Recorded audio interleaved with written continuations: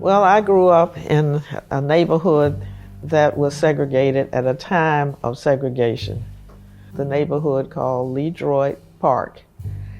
Detroit Park is very much like Hayti. Boy, I tell you, we had our own stores developed and built by our own African American entrepreneurs, our own radio station, our own theaters, everything we needed, we had access to on a couple of straight blocks. And what was wonderful about the neighborhood is that it didn't matter if your parents or your family was professional, had been to college or not, but everybody in the community raised you. We all shared, we all grew up together, we all solved each other's problems, we grieved with each other. Well, I graduated from Howard University and went to work for the federal government. I retired as the deputy director for the National Institute on Alcohol Research. Meanwhile, my daughter was here, raising her kids, etc. And so they said, you need to move here. I then learned about, of course, White Rock Church that was founded in 1866. And then in 1923, the then minister, McDowell, decided the church needed a parsonage. That was a nice, an elegant place for their pastors to stay. And they built this house right here. I bought it. It was a rooming house at the time. And very bad, in disrepair.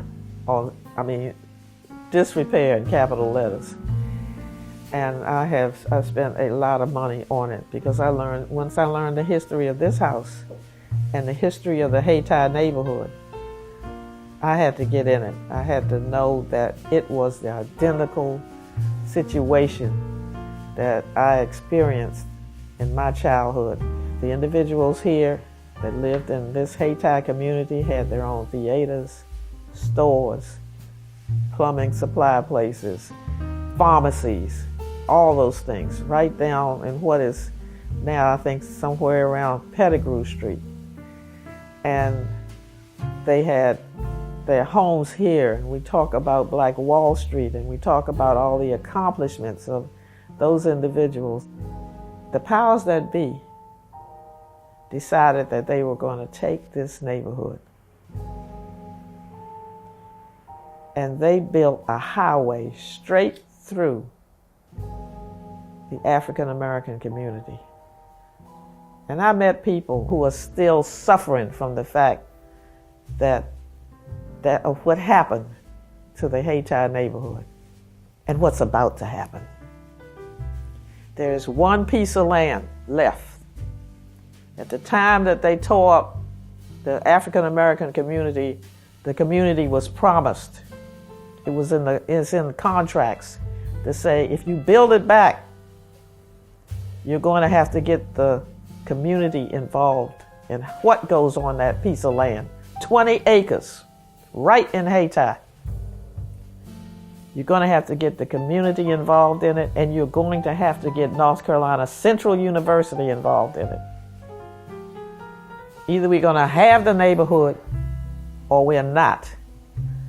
There are individuals holding on to homes in this area, in this neighborhood, because they understand the history and because they know if they don't hold on to these homes, there will be no more Hayti.